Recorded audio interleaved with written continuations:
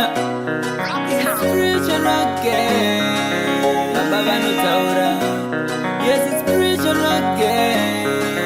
Baba vanotaura. Oh yeah, oh yeah. Baba vanotaura, Baba vanotaura, Baba. Mwari vanoti kwamuri, yai musunungurwe.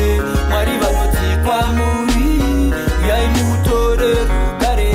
Mwari vanoti kwamuri, yai musunungurwe. Mwari vanoti kwamuri, yai mutore rugare.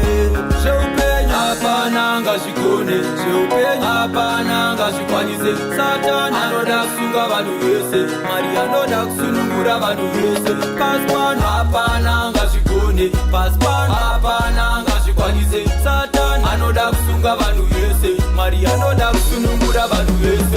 Mwari vanoti kwamuri, yai musunungurwe. Mwari vanoti kwamuri, yai mutore rugare. Mwari vanoti kwamuri, yai musunungurwe. Mwari vanoti kwamuri, yai mutore rugare. Kuna Mwari chete ndiko kune ruponeso pano panyika. Kumwe kwese kune jecha rinonyudza, ndidi ndinganyure zvangu. Ndakawana nzvimbo yekuwanda, pasina kana chinondiwana. Aneni Mwari pese panofamba, ndicharambira pamburi wamasimba wose. Mwari vanoti kwamuri, yai musunungurwe.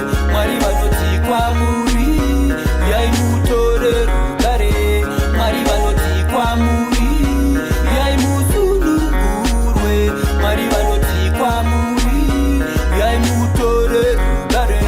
Seupenya hapana ngazvikone, seupenya hapana ngazvikwanise. Satani anoda kusunga vanhu vese, Mwari anoda kusunungura vanhu vese. Pasi pano hapana ngazvikone, pasi pano hapana ngazvikwanise. Satani anoda kusunga vanhu vese, Mwari anoda kusunungura vanhu vese. Mwari vanoti kwamuri,